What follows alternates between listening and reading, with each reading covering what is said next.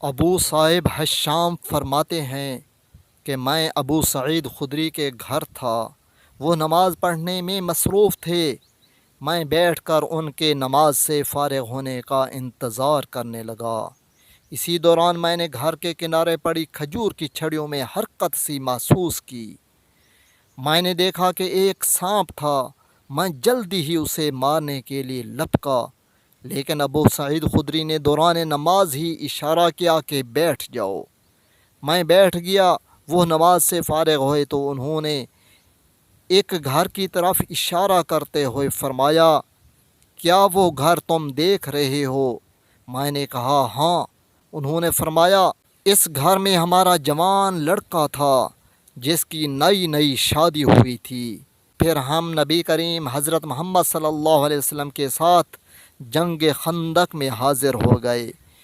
ایک دن دوپہر کو اس نوجوان کے دل میں خیال آیا کہ میں نبی کریم سے اجازت لے کر گھر سے ہو آؤں۔ اس نے آپ صلی اللہ علیہ وسلم سے ایک دن کی اجازت طلب کی۔ آپ نے فرمایا، ٹھیک ہے، اپنے ہتھیار ساتھ لے لو، کیونکہ مجھے ڈر ہے کہ بنو قریظہ کہیں تم پر حملہ نہ کر دیں۔ اس نوجوان نے اپنے ہتھیار لے لیے اور گھر کی طرف چل پڑا۔ گھر پہنچنے پر اس نے اپنی زوجہ کو گھر کے باہر دروازے کے درمیان کھڑا دیکھا۔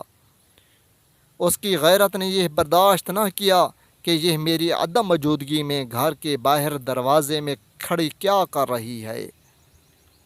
اس نے اپنا نیزہ اپنی زوجہ کی طرف بڑھا کر اس کا پیٹ چاک کرنے کا ارادہ ہی کیا تھا کہ اس کی زوجہ نے معاملہ سمجھتے ہوئے فرمایا، اپنے نیزہ کو روکیے، گھر کے اندر جا کر دیکھیے کہ مجھے کس چیز نے گھر سے باہر نکالا۔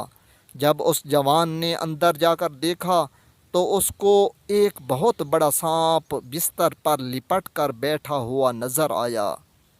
اس نے فوراً اپنا نیزہ بڑھاتے ہوئے سانپ میں گاڑ دیا، پھر باہر نکل کر نیزہ کو اپنی حویلی میں گاڑ دیا، لیکن یک دم سانپ تڑپتے ہوئے جوان پر گرا اور جوان کو ڈس لیا۔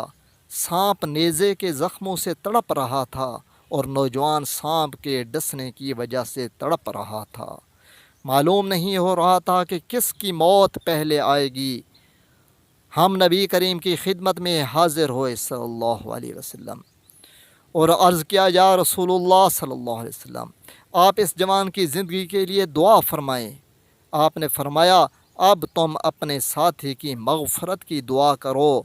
پھر آپ نے فرمایا کہ مدینے میں کئی جنات نے اسلام قبول کر لیا ہے جو تم کو سانپوں کی شکل میں نظر آئیں گے، تو تم ان کو دیکھ کر 3 دن کی اجازت دو، اگر پھر بھی ظاہر ہوں تو انہیں قتل کر دو کہ وہ شیطان ہیں۔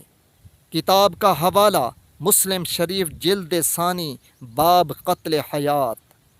اس مفصل حدیث سے جو سبق ملتے ہیں وہ بتانے سے پہلے آپ سے گزارش ہے کہ چینل کو سبسکرائب کر لیں، ویڈیو کو لائک کریں اور کمنٹ میں جزاک اللہ لکھیں۔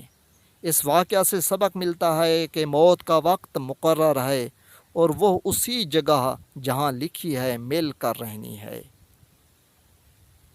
اور عام طور پر سانپوں کو قتل کرنا جائز ہے بلکہ افضل ہے۔ یہ حکم صرف مدینہ شریف کے لیے اور ان دنوں کے لیے تھا۔